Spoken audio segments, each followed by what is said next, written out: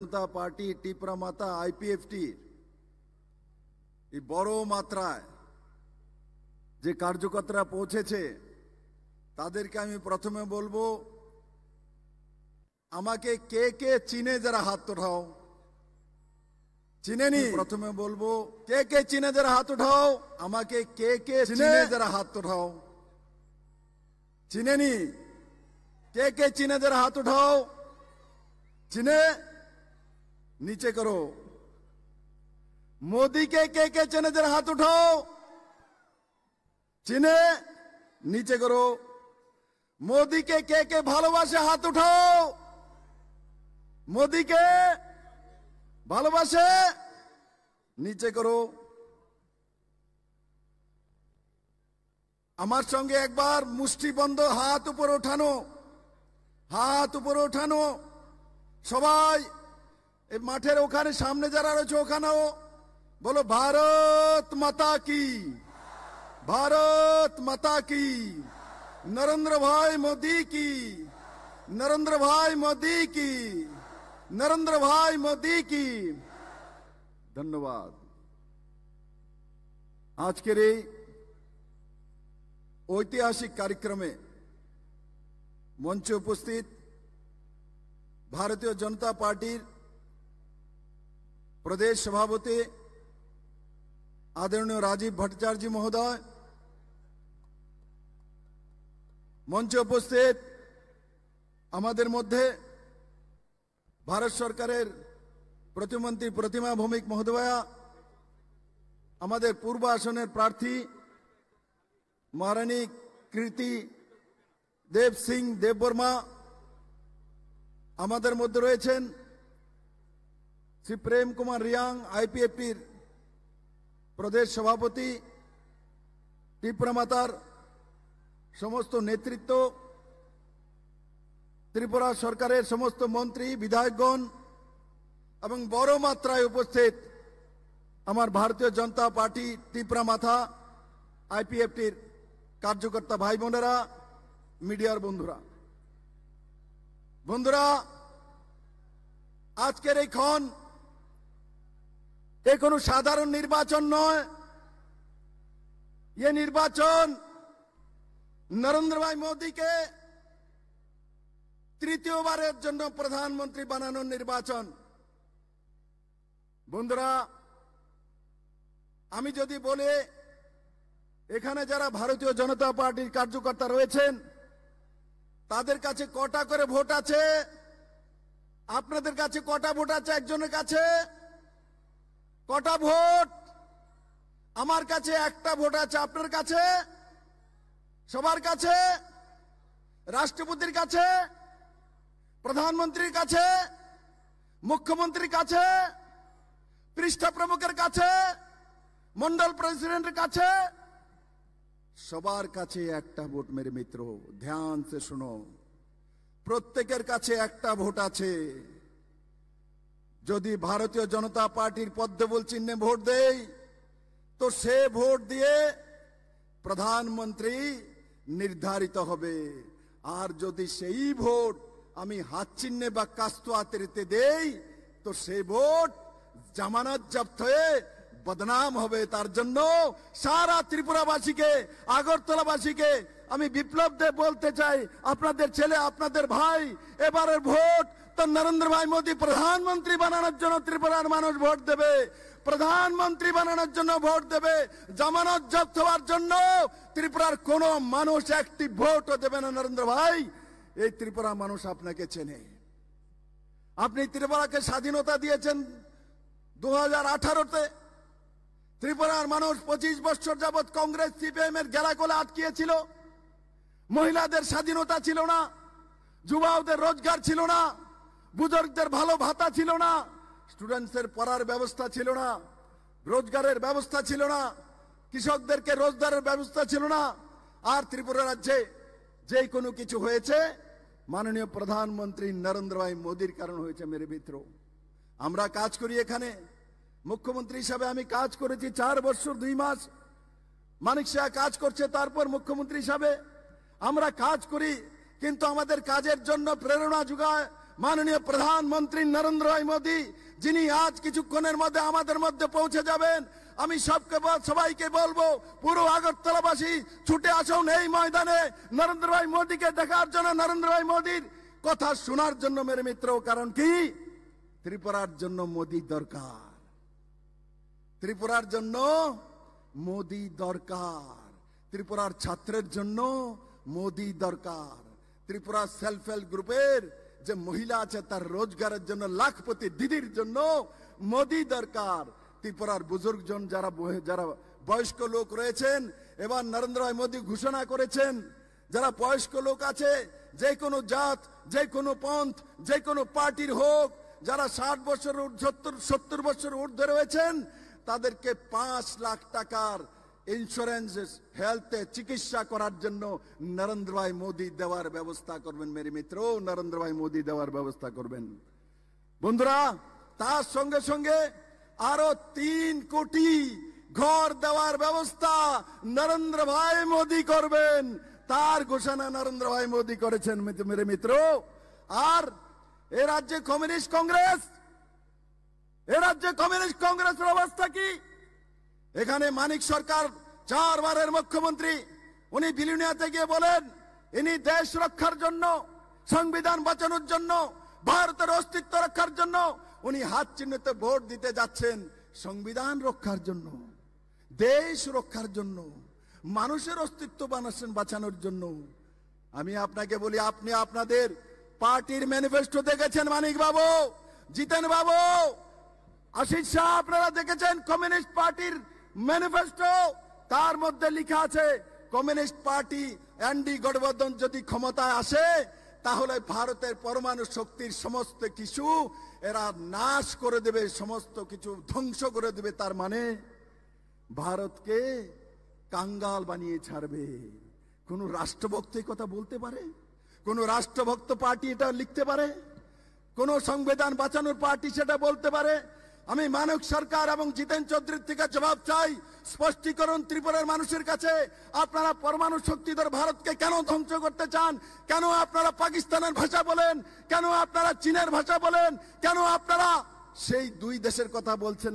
ভারতকে বাঁচানোর জন্য, ভারতকে শেষ করার জন্য আপনারা প্রতি মুহূর্তে কাজ করে যাচ্ছেন মানিক বাবু। তাই আমি আমার সমস্ত ভারতীয় জনতা পার্টির কার্যকর্তা এবং ত্রিপুরা মাতা সহ আইপিএফটির কার্যকর্তা এবং সমস্ত ত্রিপুরাবাসীর কাছে নিবেদন করতে চাই, 25 বছর কমিউনিস্টের সরকার ছিল, কৃষকদের জন্য কমিউনিস্টরা কি দিয়েছে বলুন তো? এই ময়দানে ভারতীয় জনতা পার্টির সমস্ত কার্যকর্তারা রয়েছে। কমিউনিস্টরা খ্যাত মজুরের পার্টি ছিল, এরা খেটে খাওয়া মানুষের পার্টি ছিল। কি করেছে খেটে খাওয়া মানুষের জন্য? কি করেছে মানুষের রোজগারের জন্য? কি করেছে কৃষকদের রোজগারের জন্য? ভারতীয় জনতা পার্টি সরকার ত্রিপুরাতে আসার পর নর্থ ইস্টের রাজ্যগুলোর মধ্যে প্রথম মিনিমাম সাপোর্ট প্রাইস ভারতীয় জনতা পার্টি আইপিএফটি সরকার ত্রিপুরাতে লাগু করেছিল 2018-তে মেরে মিত্র। যেই কারণে কৃষকরা 10 টাকা 12 টাকা করে কমিউনিস্টের সময় ধান বিক্রি হতো, সেই ধান আজ 22 টাকা 20 টাকা 21 টাকা করে কিলো বিক্রি করে। কার জন্য? নরেন্দ্র ভাই মোদীর জন্য করে, নাকি কমিউনিস্ট পার্টির জন্য আর কংগ্রেসের জন্য করে মেরে মিত্র? আজকে ত্রিপুরা রাজ্যে কিষাণ সম্মান নিধির মাধ্যমে 6000 টাকা করে কৃষকরা পায়। কমিউনিস্টের সময় কৃষকদের জন্য কোন স্কিম করেছিল? 1 পয়সা দিয়েছিল? ধানের দাম বাড়িয়েছিল? কৃষকদের জীবনমান উন্নয়নের জন্য কিছু করেছিল? কিন্তু খ্যাত মজুরের নাম দিয়ে কমিউনিস্টরা রাজনীতি করত, মিছিল করত, মিটিং করত, স্ট্রিট কর্নার করত। 25 বছর এর বাইরে কোনো কিছু কৃষকদেরকে দেয়নি মেরে মিত্র। আর যুবাওদের নিয়ে ডিএফ করা, চাঁদা তোলা, মানুষকে ধমকি দেওয়া, লাল চোখ দেখানো, তার বাইরে কিছু যুবাওদের শিখায়নি। কিন্তু ভারতীয় জনতা পার্টি সরকার আসার পর 2018-তে আমরা ছাত্রদের জন্য ভবিষ্যৎ সুন্দর নির্মাণ করার জন্য ন্যাশনাল সিলেবাস এনসিইআরটি সিলেবাস লাগু করেছি। 125টি বিদ্যাজ্যোতির স্কুল ত্রিপুরা রাজ্যে আমরা প্রথম সরকারি সিবিএসই স্কুল ত্রিপুরাতে লাগু করেছি। কিন্তু শিক্ষার জন্য, শিক্ষা জাতির মেরুদণ্ড, সবচাইতে বেশি কমিউনিস্টের নেতারা এই রাজ্যের মধ্যে ভাষণ দিয়ে বলতেন, কিন্তু ছাত্রদের জন্য, যুবাদের জন্য কিচ্ছু করেনি মেরে মিত্র।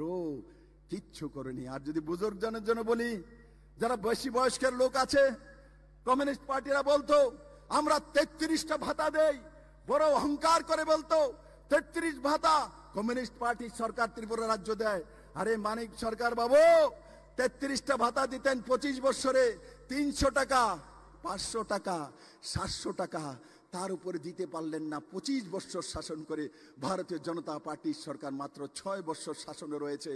আমরা 2018-তে ম্যানিফেস্টোতে বলেছিলাম যে আমরা সমস্ত ভাতাগুলি ত্রিপুরা রাজ্যতে 2000 টাকা করে দেব। 2023-এর নির্বাচনের আগে ভারতীয় জনতা পার্টি সরকার, নরেন্দ্র ভাই মোদীর নেতৃত্বের সরকার, সমস্ত বুজুর্গদেরকে একসঙ্গে 2000 টাকা করে ভাতা দেওয়ার ব্যবস্থা নরেন্দ্র ভাই মোদী সরকার করেছে। মেরে মিত্র, গরিবদের জন্য সবচেয়ে বেশি মায়া কান্না, এই শ্রমিকদের জন্য সবচেয়ে বেশি মায়া কান্না এই কমিউনিস্টরা কেঁদেছে। কিন্তু আজ আমি জিজ্ঞাসা করতে চাই, কমিউনিস্টের বন্ধুরা গরিবদের জন্য কি করেছেন? জলের ব্যবস্থা করতে পারেননি। এই ত্রিপুরা রাজ্যে প্রতি ঘরে জলের ব্যবস্থা নরেন্দ্র ভাই মোদীর জল জীবন মিশনের মাধ্যমে মানুষের ঘরে ঘরে জল পৌঁছানোর ব্যবস্থা ভারতীয় জনতা পার্টির সরকার করেছে। কিন্তু আপনারা 25 বছর শাসন করে মানুষকে জল পর্যন্ত পৌঁছাতে পারেননি। মানিক বাবুরা, আপনারা এই ভারতের কৃষ্টি সংস্কৃতি তাকেও চেনেন না, না মানুষের সুবিধা পৌঁছাতে পারেছেন। মেরে মিত্র, 5 কিলো করে গরিব মানুষকে চাউলের ব্যবস্থা, 81 কোটি মানুষকে 5 কিলো প্রতি ব্যক্তি ফ্রি চাউলের ব্যবস্থা নরেন্দ্র ভাই মোদী করেছে ত্রিপুরা রাজ্য সহ ভারতবর্ষের জন্য।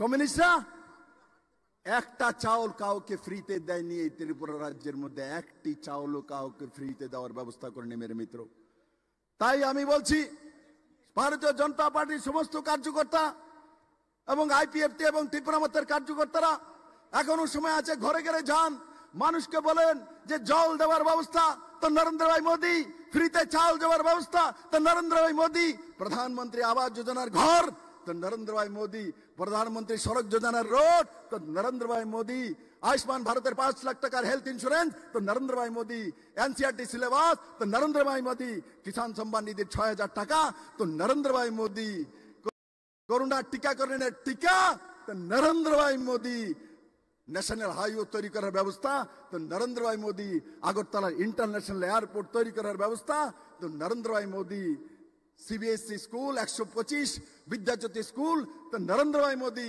7th पे स्केल लागू करा सरकारी कर्मचारी जन्नो तो नरेंद्र भाई मोदी, 25% डीए देवा तो नरेंद्र भाई मोदी, छात्रদের জন্য স্কলারশিপ দেওয়া তো নরেন্দ্র ভাই মোদী, মহিলাদের জন্য 33% রিজার্ভেশন এমপিএমএল এর মধ্যে তো নরেন্দ্র ভাই মোদী, আর ত্রিপুরা সরকারের 33% সরকারি চাকরিতে মহিলাদের দেওয়া ব্যবস্থা তো নরেন্দ্র ভাই মোদী, মুসলিম মহিলাদেরকে 3 তালাক থেকে মুক্ত করার ব্যবস্থা তো নরেন্দ্র ভাই মোদী, देश के বাঁচানোর ব্যবস্থা তো নরেন্দ্র ভাই মোদী, देश के दुग्ध उत्पादन 1 नंबर বানানো তো নরেন্দ্র ভাই মোদী, देश के মোটা अनाजे 1 नंबर বানানো তো নরেন্দ্র ভাই মোদী, অটোমোবাইলে দুনিয়ার মধ্যে তৃতীয় স্থানে নিয়ে আসা তো নরেন্দ্র ভাই মোদী, মোবাইল উৎপাদনে ভারত দ্বিতীয় স্থানে চলে আসা তো নরেন্দ্র ভাই মোদী।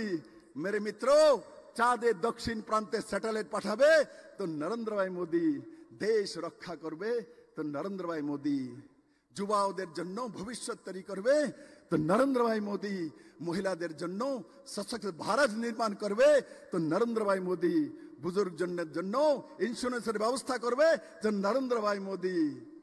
मेरे मित्रों, তাহলে কমিউনিস্ট কংগ্রেস কি করবে? কমিউনিস্ট কংগ্রেস কি করবে?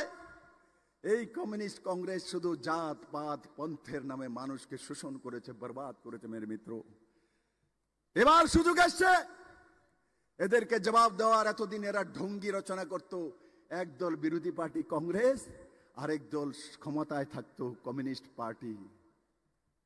আজকে যারা চিরবিরোধী, যারা বলেছিল যে কলকাতাতে বাংলাতে কমিউনিস্ট আর কংগ্রেস এক জায়গায় আসার কারণে এরা কংগ্রেসে থাকবে না 2017-তে, এই রাজ্যে যারা এখন কংগ্রেসের রাজত্ব করে, কংগ্রেসের লিডারশিপ দেয়, 2017-তে যখন ওয়েস্ট বেঙ্গলে ওয়েস্ট বেঙ্গলে কমিউনিস্ট আর কংগ্রেস এক জায়গায় এসছে, তখন তার বিরোধ করে এরা কংগ্রেসে থাকেনি, তৃণমূল কংগ্রেসে চলে গেছে।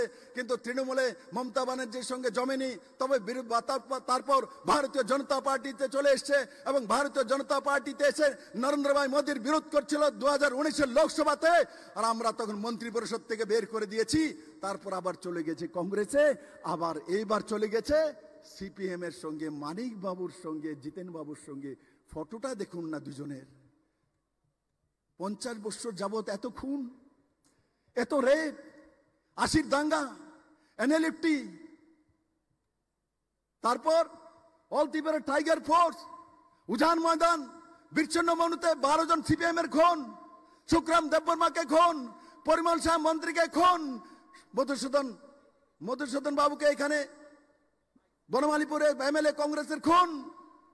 কিসের জন্য এই খুনগুলি করেছেন? কে প্রায়শ্চিত্ত করবে? সিপিএম কংগ্রেসের নেতাদের জিজ্ঞাসা করতে চাই, কে প্রায়শ্চিত্ত করবে? ঝর্ণা দিদিকে জিজ্ঞাসা করতে চাই, আপনার স্বামী শ্রীরাম পালকে কংগ্রেসীরা তখন খুন করেছিল, এবার আপনি হাত চিহ্নে কিভাবে ভোট দেবেন? ভারতীয় নারী কিভাবে ভোট দেয়? তার স্বামীকে যারা খুন করেছে সেই খুনিদেরকে কিভাবে আপনি ভোট দেবেন? জবাব চাই ত্রিপুরাবাসী। জিতেন বাবু, আপনি আমাদের ক্যান্ডিডেটকে বলেন যে বিদেশ থেকে এসে, বাইরে থেকে এসে, কৃতি দেবী বাইরে থেকে এসছে। জিতেন বাবু ভারতের কালচার পর্যন্ত জানেন না, ভারতের কৃষ্টি সংস্কৃতি জানেন না। উনি মহারাজ বীর বিক্রম কিশোর মানিকের নাতনি কিরিট বিক্রমের মেয়ে, ওনার বিয়ে হয়েছে। বিয়ে হওয়ার পর মেয়েরা শ্বশুর বাড়িতে যায়, বিয়ে হওয়ার পর শ্বশুর বাড়িতে যায় না, যায় না।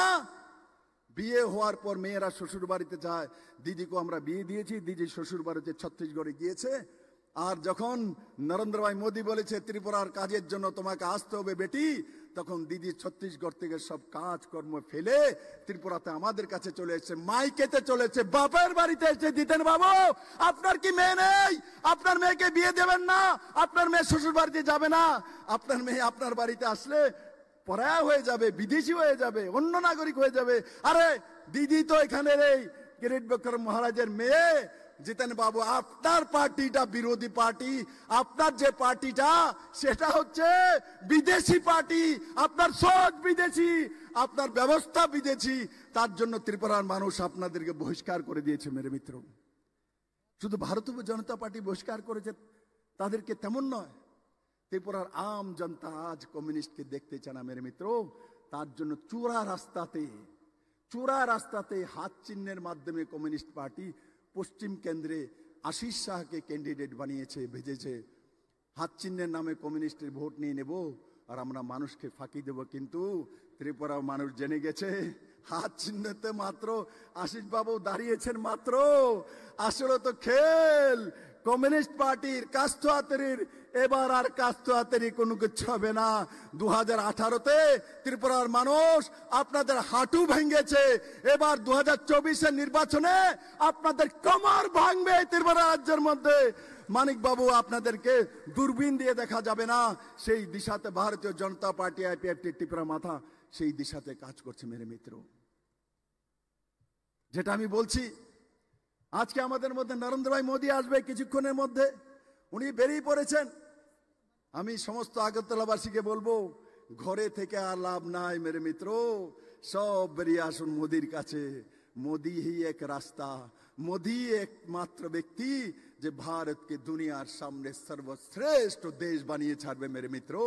আর সেই দিশাতে ত্রিপুরার যুবা, ত্রিপুরার মহিলা আর ত্রিপুরার আম জনতা নরেন্দ্র ভাই মোদীর সাথে। কারণ কি, ত্রিপুরাকে 2018-তে মুক্ত করে নরেন্দ্র ভাই মোদী হি ত্রিপুরার মানুষের কাছে এক আশা জাগিয়েছে, এক দ্বীপ জ্বালিয়েছে। আর নরেন্দ্র ভাই মোদী সেই ব্যক্তি নিজে জ্বলে অন্যকে আলো দেওয়ার ব্যক্তির নাম হচ্ছে নরেন্দ্র ভাই মোদী মেরে মিত্র। নিজে যেমন প্রদীপ নিজে জ্বলে অন্যকে আলো দেয়, সেই নরেন্দ্র ভাই মোদীও নিজে জ্বলে ভারতকে আলো দেয়, যুবাকে আলো দেয়, মহিলাকে আলো দেয়। তার নাম হচ্ছে নরেন্দ্র ভাই মোদী মেরে মিত্র। মোদীর বিষয়ে কত বলবো, যতটা বলি ততটাই কম মেরে মিত্র।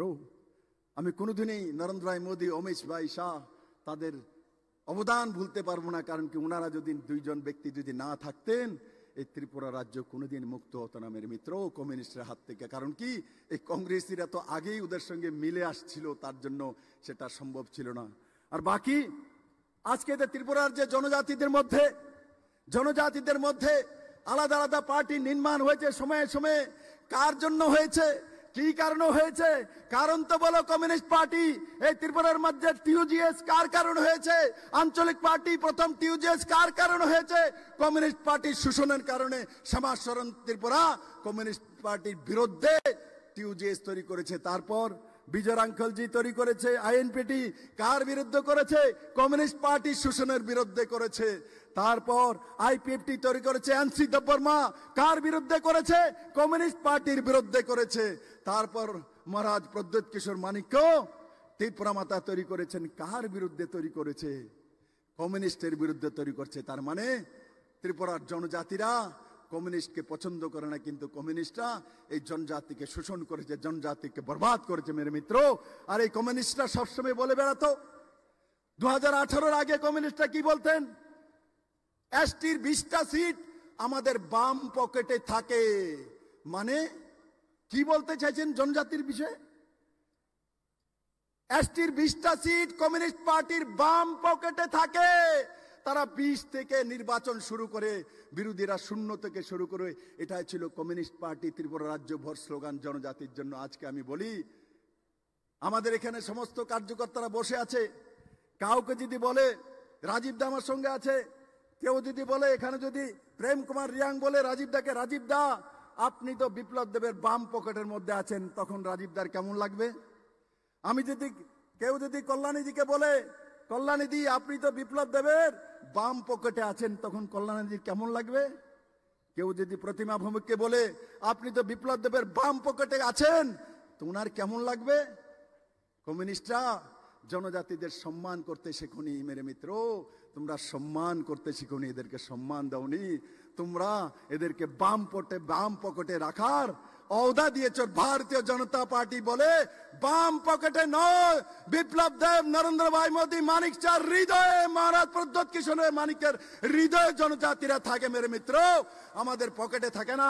আমরা জনজাতিদের পকেটে থাকি, জনজাতিদের পকেটে বিপ্লব দেব থাকে, প্রদ্যোৎ কিশোর মানিক্য থাকে, নরেন্দ্র ভাই মোদী থাকে, অমিত ভাই শাহ থাকে। সেটা বুঝতে আপনাদের 50 বছর সময় লেগেছে, তাই আপনারা জনজাতিদেরকে মন জিততে পারেনি।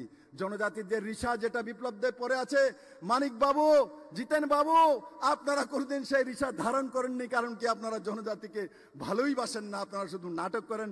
আর জিতেন বাবু কোথায় আপনি? আপনার এসটি সিটে দাঁড়ানোর মতো হিম্মত নেই। আপনি 20টা এসটি সিটের মধ্যে একটা তো দাঁড়াতে পারলেন না। আপনার হিম্মত নেই জনজাতি সিট থেকে পাস করার মতো, আপনার কাছে হিম্মত নেই।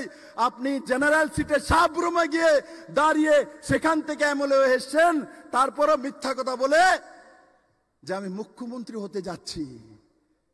মুখ্যমন্ত্রী আপনার জীবনে আর মুখ্যমন্ত্রী থাক দ্বিতীয় কথা, আর জীবনে দ্বিতীয়বার এমএলএ হতে পারবেন না। দ্বিতীয়বার জনতাতে আপনাদেরকে চিনে নিয়েছে, আপনাদেরকে মুখ্যমন্ত্রী দূরের কথা বানাবে এমএলএ, কেউ বানাবে? কমিউনিস্ট পার্টির কোন এমএলএ হবে ত্রিপুরাতে? হবে?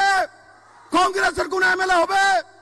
আগামী 24-এর পর নরেন্দ্র ভাই মোদীকে আমি বলবো, মোদীজি ত্রিপুরা থেকে কোন কংগ্রেস আর কমিউনিস্টের কোন এমএলএ জন্ম নেবে না ত্রিপুরাতে। ভারতীয় জনতা পার্টি, ত্রিপুরা মাতা, আইপিএফটি মিলে সেই দিশাতে কাজ করবে মেরে মিত্র। আমি এবার প্রার্থী, আমার কথা একটু কই, বলবো আমার কথা একটু। আমারে কে কে ভোট দিব? যারা হাত ওঠাও তো, কে কে দিব? অনেকে দিত না মনে হইতেছে, হাত উঠছে সবার, নিচে করো, নিচে করো।